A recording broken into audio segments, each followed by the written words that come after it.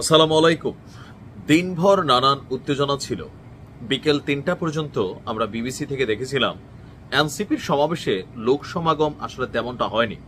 But যখন বিকেল গড়িয়ে সন্ধ্যা হলো, প্রায় ৫টার পরে ভালোই লোক সমাগম হয়েছে। এরপর এনসিপি তাদের এই মহাসমাবেশ থেকে ২৪ দফা প্রস্তাবনা করেছে। কি এই ২৪ দফা, আর কেনই বা এটা নিয়ে এত আলোচনা সমালোচনা?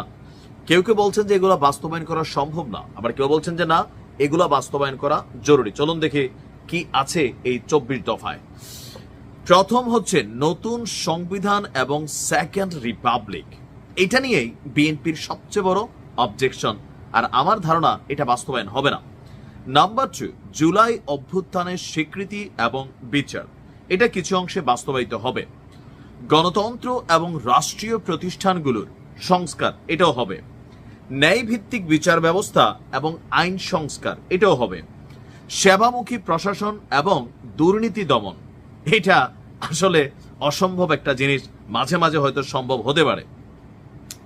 জনবান্ধব আইন শৃঙ্খলা রক্ষাকারী বাহিনী জনবান্ধবী, কিন্তু পলিটিশিয়ানদের অথবা এই যে উঠতি গজাইন্যা যে বিচি নেতারা থাকে, তাদের হাত থেকে যদি প্রশাসনকে রক্ষা করা না যায়, তাহলে এই জনবান্ধব আইন শৃঙ্খলা রক্ষাকারী বাহিনী কখনোই সম্ভব না। গ্রাম পার্লামেন্ট এবং স্থানীয় সরকার, এটাও হবে। স্বাধীন গণমাধ্যম এবং শক্তিশালী নাগরিক সমাজ, এগুলো খুবই লোক দেখানো বক্তব্য ছাড়ার কিছুই মনে হয় নাই। সর্বজনীন স্বাস্থ্য, এগুলো পুরানা জিনিস। জাতি গঠনের শিক্ষানীতি, এগুলো পুরানা জিনিস। তারপর হচ্ছে আপনার 11 নম্বরে আছে গবেষণা, উদ্ভাবন এবং তথ্য প্রযুক্তি বিপ্লব। এগুলো খুব সিম্পল জিনিস, আমি ভাবছি আরো কঠিন কোনো কিছু আসবে, যেহেতু 22 দফা। 12 নম্বরে আছে ধর্ম, বর্ণ, সম্প্রদায় এবং জাতিসত্তার মর্যাদা, খুবই সিম্পল চাওয়া। নারীর নিরাপত্তা, অধিকার, ক্ষমতায়ন, প্রত্যেকটা রাজনৈতিক দলই এগুলা চায় বলে, কিন্তু ঝামেলা তৈরি হলে সেখান থেকে সরে যায়। মানব কেন্দ্রিক এবং কল্যাণমুখী অর্থনীতি। তারপর 15 নম্বরে আছে তারুণ্য ও কর্মসংস্থান। 16 নম্বরে বহুমুখী বাণিজ্য এবং শিল্পায়ন নীতি। 17 নম্বরে টেকসই কৃষি এবং খাদ্যে সার্বভৌমত্ব। 18 শ্রমিক কৃষকের অধিকার। 19 জাতীয় সম্পদ ব্যবস্থাপনা। 20 নগরায়ন, পরিবহন এবং আবাসন পরিকল্পনা। 21 জলবায়ু সহনশীলতা এবং নদী সমুদ্র রক্ষা করা। 22 প্রবাসী বাংলাদেশিদের মর্যাদা এবং অধিকার, এটা নিয়ে সবাই কথা বলে।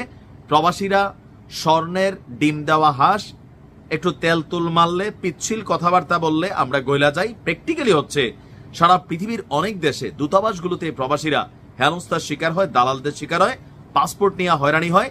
এগুলোর কার্যত কোনো পদক্ষেপ কোনো সরকারই নিতে পারে নাই বা বন্ধ করতে পারে নাই। তারপর হচ্ছে 23 নম্বর বাংলাদেশপন্থী পররাষ্ট্রনীতি। 24 জাতীয় প্রতিরক্ষা কৌশল।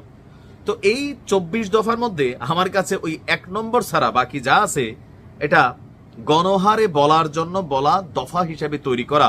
এখানে নতুনত্ব আমি কোনো কিছুই পাইলাম না। নতুন সংবিধান এবং সেকেন্ড রিপাবলিক, এই শব্দটা ছাড়া, আর এটা অনেকটাই সাংঘর্ষিক। এছাড়া বাকি 23টার মধ্যে আপনার কাছে মনে হয়েছে যে আগে বাংলাদেশে ছিল না, এই দলটা নতুন কিছু দাবি করছে?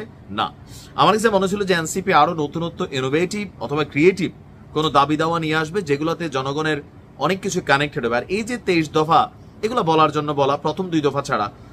2 নাম্বারটাও ঠিক আছে, জুলাই অভ্যুত্থানের স্বীকৃতি বিচার, আর বাকিগুলোতে আসলে অ্যাজ ইউজুয়াল ধারাবাহিকতা ছাড়া কিছুই হয়নি। তো 3রা আগস্ট বাংলাদেশ নাকি নতুন কিছু দেখতে পাবে বলছিল, পুরো জাতি অপেক্ষা করছিল। এখানে নতুনত্ব আসলে কি আসলো আমার কাছে বোধগম্য না। ভালো থাকুন।